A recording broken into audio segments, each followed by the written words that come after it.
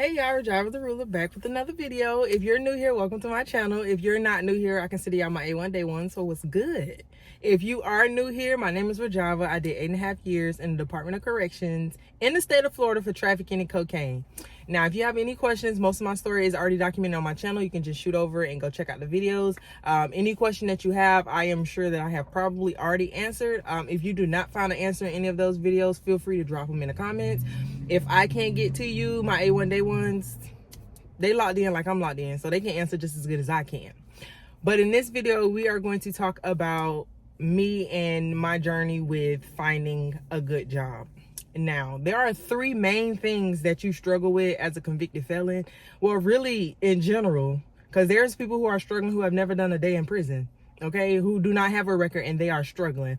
But there are three main things that you struggle with when you get out, and it's finding somewhere to stay, finding a good job, and transportation. Now, I have talked about all three of these in previous videos, but I get so many questions about how I was able to find the job that I have. So let's get into it. So when I first came home, of course I did 8.5 years. I came home on probation. I am still currently on probation. I went and checked in today. Everything went good. It was real smooth sailing. So when I came home in June 15, 2020, and being locked up, you work for free. So like, I used to fantasize so much about working a job, and I'm very good with finances, money. Like, I budget everything. Like, I need to know where every dollar is going and how many dollars is coming in. So when I was in prison, I did this whole budget of how much I thought rent cost, how much I thought I would pay for groceries, like a cell phone and all of this.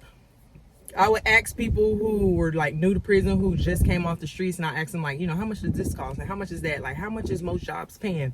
So after I figured out the average expenses of at least what I thought it was, rent, Lord have mercy, I did not know rent cost what it cost until I got out here. So I was off a couple $100s, but I calculated everything, and just for me to be able to live paycheck to paycheck, I was like, I need to be making at least like $15 an hour. And that's living paycheck to paycheck, okay? That's just being able to have enough money to pay all my bills, okay? So I'm like, okay, at least $15 an hour. So when I came home, a lot of people were like, you know, you were gone a while, you need to take some time, you need to relax, like, you know, just enjoy being free. I wish I had the luxury of just enjoying being free. I wish I could have just sat around, twiddled my thumbs, spent somebody else's money, and not have to worry about anything. But I did not have that luxury, okay? When I first came home, I did go home and visit my family, you know, friends, all the people who knew me. I visited my hometown because I did move away to Jacksonville. I'm from Lake Placid, Florida, but now I live in Jacksonville. But I did visit the day I came home. You know, everybody was like showing love. A few people showed love, so I ended up leaving that day with a total of like $700. So shout out to them, okay? People was just putting money in my hands, and I appreciated it. So I ended up with like $700 in total.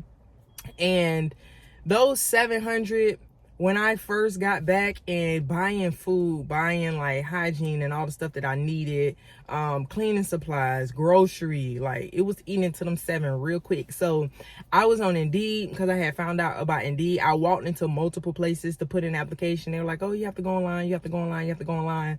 Mind you, I did not know much about a phone, honey. Like, I never had an iPhone. I had one now, so I had to learn how to use the iPhone. I had to learn how to like do stuff on the internet. The phone, it wasn't that big of like an issue for me because the phones are fun. So you learn the phone quick because it's interesting. It's technology.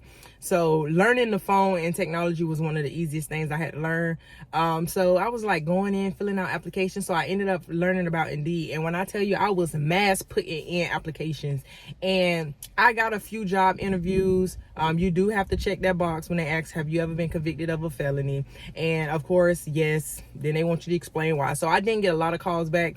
I'm not gonna say it's because I had a background, okay? Like, I'm not gonna say that, but I was not getting a lot of calls back. I went to a few interviews. They did not produce much fruit, and I'm talking about for like my first week and a half, I'm like study trying to find a job. So I'm like, this is not working. So I ended up like, I need money now. So I learned about this place. It's like a day labor pool where you go there same day.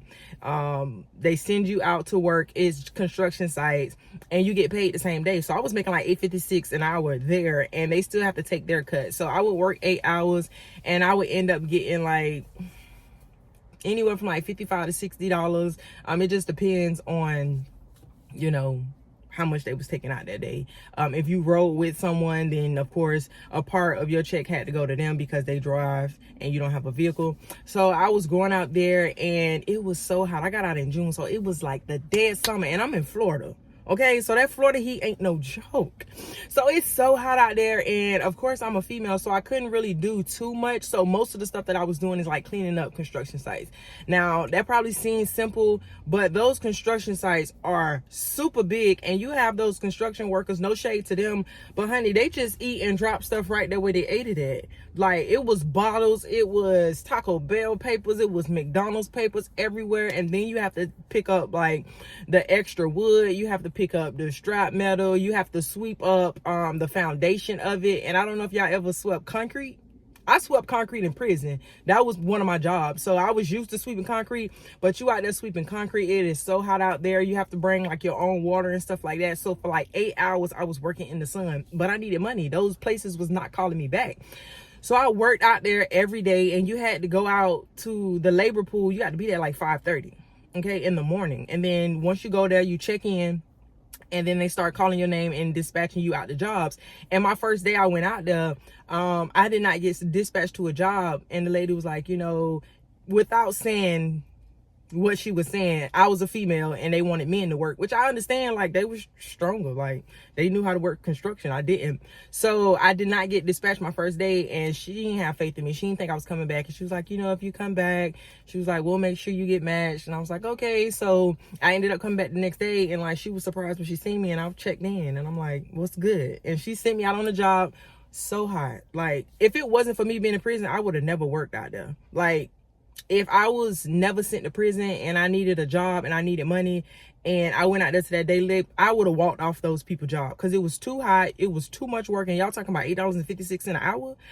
But the thing about it is, I told you I already swept concrete in prison, and I worked for free in prison. So it gets you to the point where when you've worked for free for somebody, whether you was sick, starving, whether you was depressed, whether you was having a bad day, whether somebody, you had a death in the family, it didn't matter what it was, you was going to work. And when you did that for years for free, honey, I could go work for myself for some money. Even though it ain't much money, I could go work, and I know I needed money, so I had to do what I had to do. And I went through this program. It's called Ready for Work. And they were stationed out of Jacksonville, and they got another one in Tampa. And the people, they came to the prison, and they were like, you know, people who were getting ready to come home, they had like meetings with them, and they told them like what help they would do for you and all this other stuff like that. And I was already planning on going to a transition house. I just didn't know where. And when they came to visit in the prison, and they were like, we'll help you get into a transition house, and we'll pay your first 3 months. Oh, y'all got me sold. Like, y'all got me sold. So I ended up partnering with their program. I met up with them, and they take you through a whole lot of things. Like, you go through classes. They teach you how to interview. They help you write a resume. When you do get a job, they pay you like $50 for the first 60 days, and then 90 days after you're on the job, they give you $100. They gave us Goodwill gift cards to go get clothes for like if we needed interviews and stuff. It was a really nice program, and I really love them, because if it was not for them, I don't know how I would have been able to get the footing that I got, because they did help me a lot. And when I was in prison, I took a lot of classes. I took a lot of certifications, and I did the one that helped me out was I took PC support, and I also took customer service. I'm talking about I got certified in so many different customer service classes. So I had those certificates, and they ended up patching me with a job. So my coach called me, and he was like, hey, he was like, I got you an interview. And he was like, it's this job. It's an auto glass company. You'll be working in the office as a customer service rep. So I was like, okay. And he was like, the starting pay is $14.43. So mind you, I was working in the sun for $8.56. So I'm like, all right. I was like, when is the interview? Like, let's get it. And I had also started working at a hair store. So I was working at the day labor pool, and I was working at the hair store. A girl that I was locked up with, I had ended up running into her. She found my Facebook, and she was like, you know, hey, you live in Jacksonville? And I was like, yeah. And she was like, I work at this hair store. And she was like, you'll probably be able to get hired there. So I ended up going over there, and I got the job, and I started out making $9. So I was making $8.56 at one job, and I was making $9 at the other job. And I was working both jobs because, honey, I told y'all I needed to make at least $15 an hour to sustain life. So I was working at both, and even though Ready for Work was paying my rent, they paid it for the first 3 months. I wanted to work as much as possible, because if I have these people who are basically letting me live rent free for 3 months, why would I not work my behind off and stack while I have that opportunity? So I was working like crazy. So my coach called me. He was like, I got this interview for you. So I'm like, okay, let's get it. So I was so nervous, because it wasn't just like a hair store. It wasn't a day labor pool. It wasn't just some regular job. Like, this was working in someone's office with their customers. So I'm like, I got this background. I was like, you know what, but I'm going anyway. And they also knew I had a background, because the people who found the job for me, they're a second chance company, they're Ready for Work. So they already knew that I had a background. So when I went in and they were asking me all kind of things, I can type. I've been working on the computer. Most of the time while I was in prison, I told y'all about my hustle when I was on the computer. So I stayed on the computer. And I went in there and they were asking me about, customer service. They was asking me questions about that. And then they asked me about, my charge and me being arrested. So I just kept it, all the way G with them, because why lie?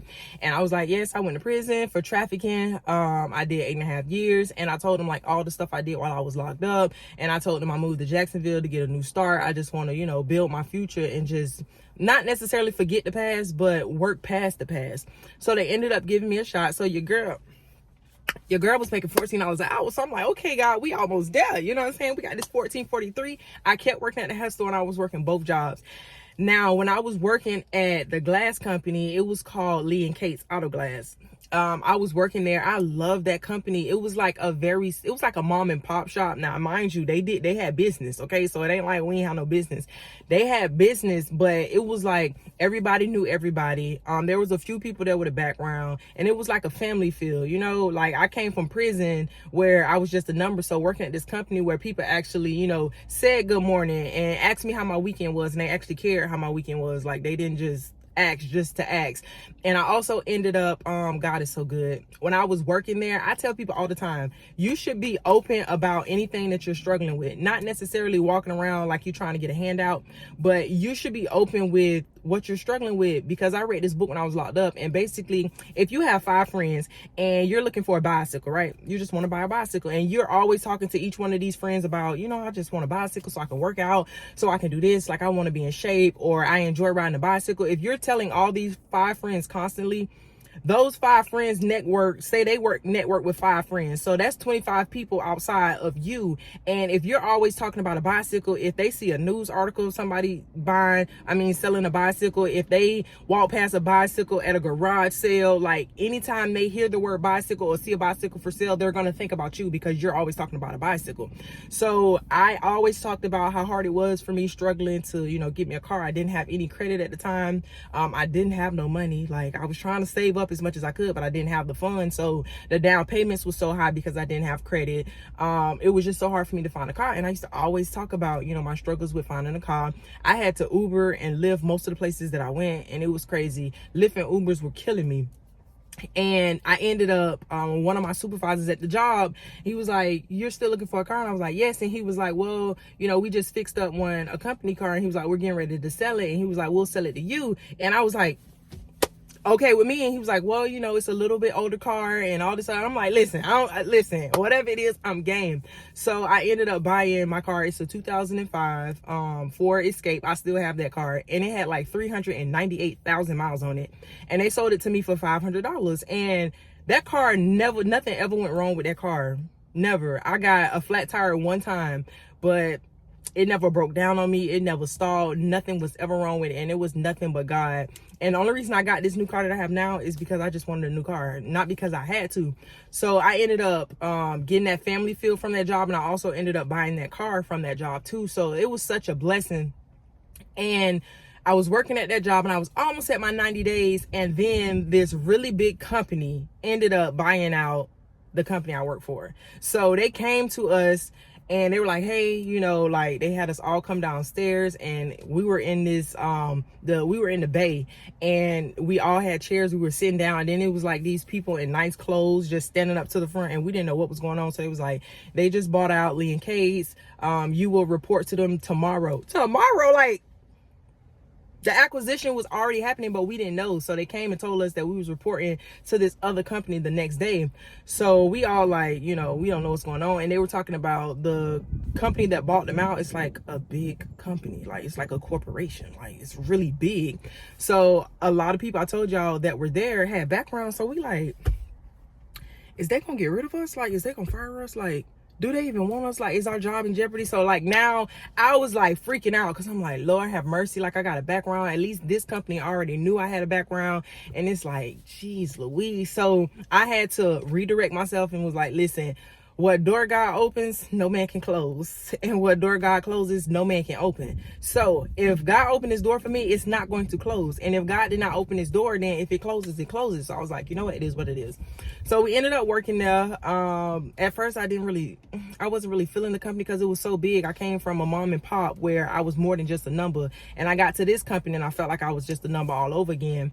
But they ended up cutting a lot. Like, all the people that I came with from Lee and Kate's, like 60 days into the job, they ended up letting everybody go who had a background. So I was at work at my other job because I was off at the new glass company I was working for. And I was at the hair store because I told y'all my first year and a half, I worked 7 days straight, no days off for a year and a half. So when I was off at the glass company, I worked at the hair store. So I'm at the hair store and the people I work with from Lee and Case, they're calling me and they're like, hey, and they were like, they let everybody go. So like my heart's like, what do you mean? And it was like, they fired everybody. They told us they no longer needed us, backgrounds and all that stuff like that. And they were like, did you get an email from Sterling? I can't remember what it was, but it was Sterling something. That was the people who ran the background checks.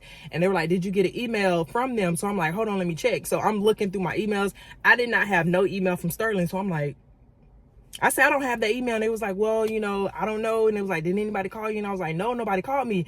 So they were like, they let everybody go. So I'm like, oh my goodness. I didn't know what was going on, but no, I didn't have an email from Sterling. Nobody called me and told me you're no longer needed. We're relieving you of your duties. Nobody called me. So I was supposed to report to work the next day. So I ended up going to work. I'm waiting the whole time. I'm like, somebody finna call me in his office and be like, hey, we know you weren't here yesterday, but this is where we're at. And that conversation never happened. I never got an email from Sterling. Now, the people I work with, they were like recently released. Like, they had convictions where even though they didn't go to prison, like the one girl, she was in the county jail, and they didn't have long sentences. And the thing about the long sentence that I had was my conviction was so old that I guess I passed the background, because I think they go back like 7 years and my conviction was over 7 years, but only because I had just got out of prison. So if I would have got that conviction and did like 2-3 years and got out and been trying to build my life, it would have been hard for me because my conviction was new. So because my conviction was so old, I'm guessing, or because God just felt like spinning a block, I did not get let go. And I was the only person from the company that I worked with that had a background that did not get let go. And you cannot tell me God is not good. So I worked at this company. That is the company I am still with. I came over as a CA, which is a customer advocate. I worked in the office, and my work ethic is just unmatched. Like, being in prison just gave me this crazy work ethic. And I say being in prison because before I went to prison, who was working? Who was going to somebody's job? Like, who was clocking in? Who you talking to like that?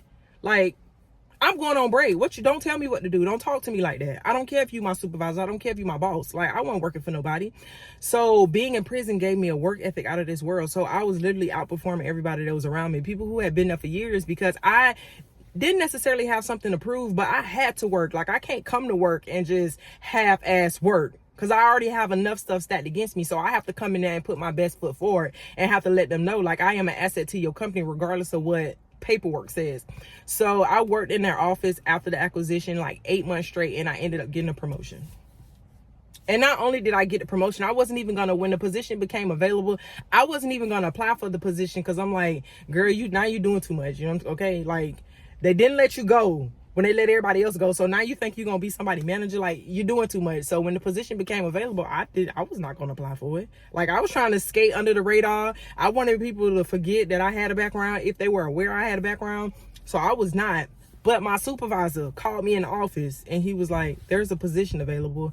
And I was like, I heard about it. And he was like, I want you to apply for it. He was like, I think you would be great. He was like, I don't see anyone else who would be a better fit for the position than you.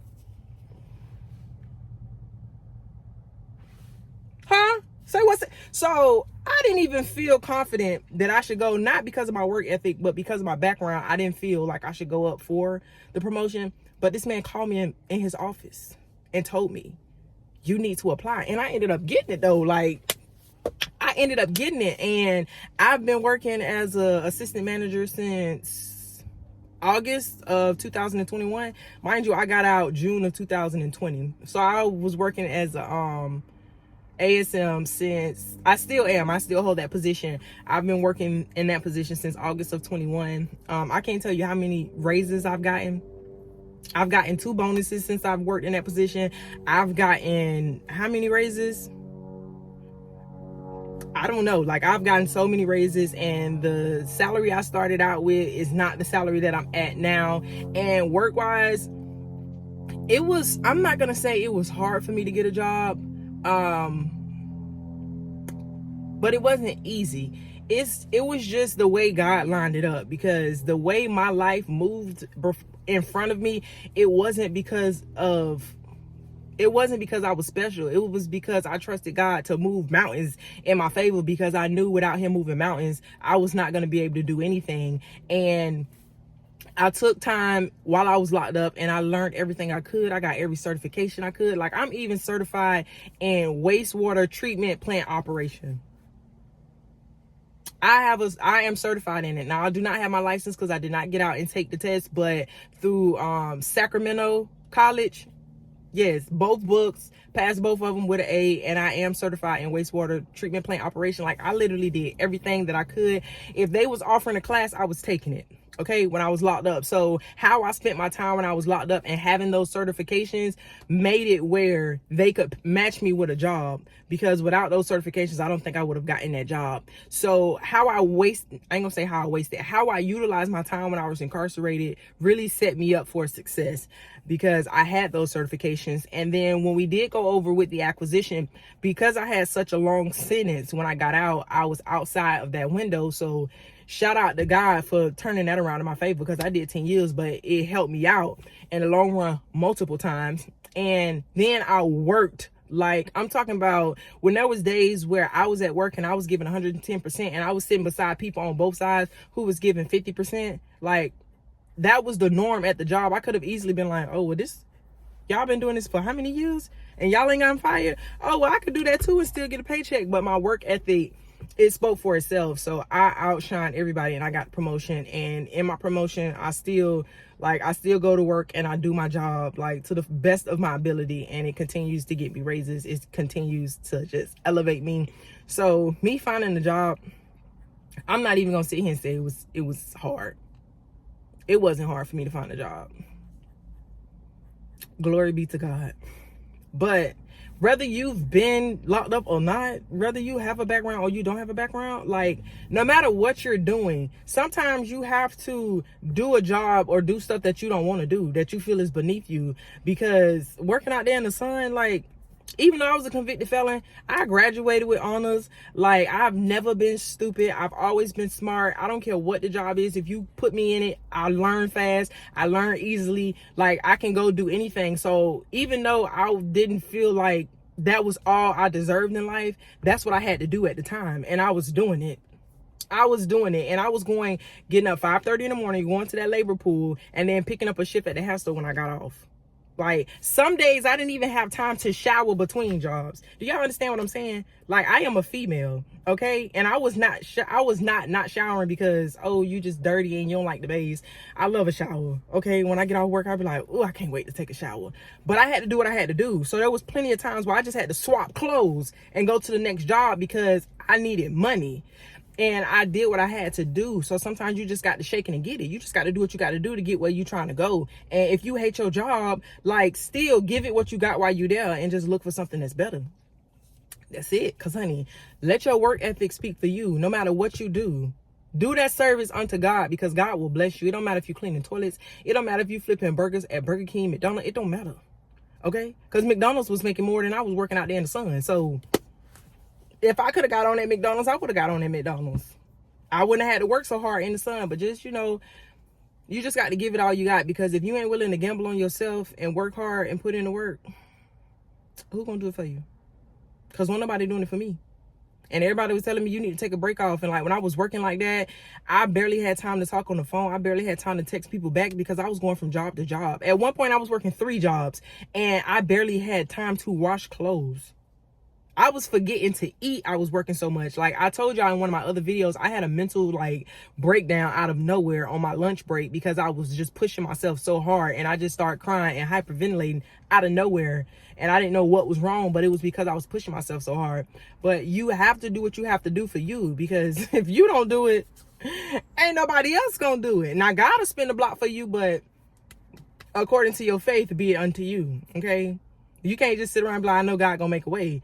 Yeah, God gonna make a way, but God want to see what you're gonna do with what you got. Like, he don't mind blessing you 10-fold, 100-fold, but what you doing with what you got? Because if he bless it, what you gonna do with it? So you got to handle what you got with care. When I was driving my 05, honey, baby, you couldn't tell me that wasn't a Benz. I was not ashamed of her.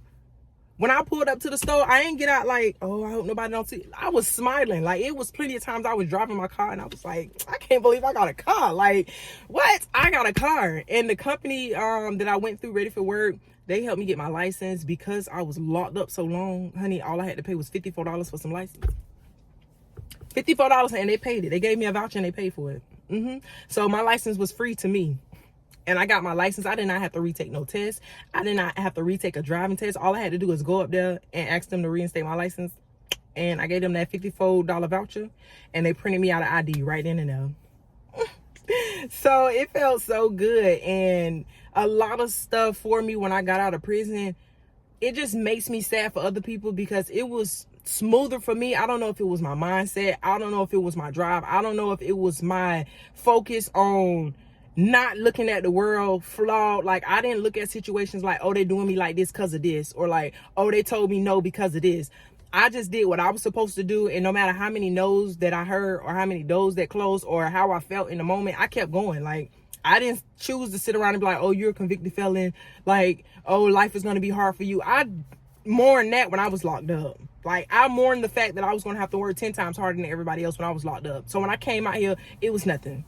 Like, girl, you already know you got to do this. You know what I'm saying? And I mentally prepared myself to struggle level 10. So anytime I was struggling at a level 10, I was already prepared for it. So on days where I was only struggling at a level 4, like, that's it? Like, what's a level 4 to me? Can you please remind me? So I mentally prepared myself for the no's, for the doors getting closed, for the long nights, for not being able to regain that time, not being able to hang out and like drink and smoke. I mourned all that when I was locked up. So when I got out here, it was like nothing. Like, even today when I went and got my drug test, because every time I go check into probation, I have to do a UA and I have to pee in a cup. And she did make me sit on the ground again, y'all. But I was prepared for it. She caught me off guard last time. I was prepared for it. But even when I go take my UA and she's like, oh, are you on any prescription medication? I'm like, no. She's like, a medical marijuana card? I'm like, no, nothing, honey. Clean, clear. Like, I don't care which test you put in that, it's going to come back negative.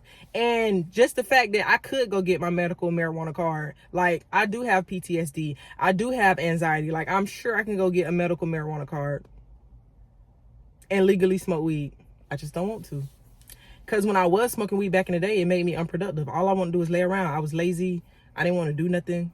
Like, I ain't have no motivation. So I do not want to smoke weed and feel that again. Like, imagine if I was out here smoking weed when I first came home. Would have still been working at the house though. Because I'd have been too lazy to give a job. Like, I ain't doing all this. But I said that to say this. That's what me getting the job looked like. It wasn't, I don't feel like it was hard. It wasn't easy, but it wasn't hard. But to anybody, whether you have a background or not, stay encouraged. You know, don't give up on yourself. And if you do have a background, like, just give it all you got. Because I promise you, if you put in the energy nonstop for a period of time, you're going to start seeing the fruit of your labor. You don't always see it while you grinding. Sometimes it take a while. Like, you'll be grinding for years and you'll be like, what a fruit. But as long as you keep on putting in the work, you're going to see it. All right. I don't like making videos too long, so I'm gonna let y'all go. But I do appreciate the love and the support that y'all have always given me, always. And I do have an interview tomorrow. Well, not really an interview, it's like a Zoom. A magazine reached out to me and they want to do a section of me on their website online. So it's tomorrow. I will keep y'all posted, but y'all have a good day. I am on PTO all this week, so I'm gonna try to give y'all as much of me as I can. Okay, y'all be easy.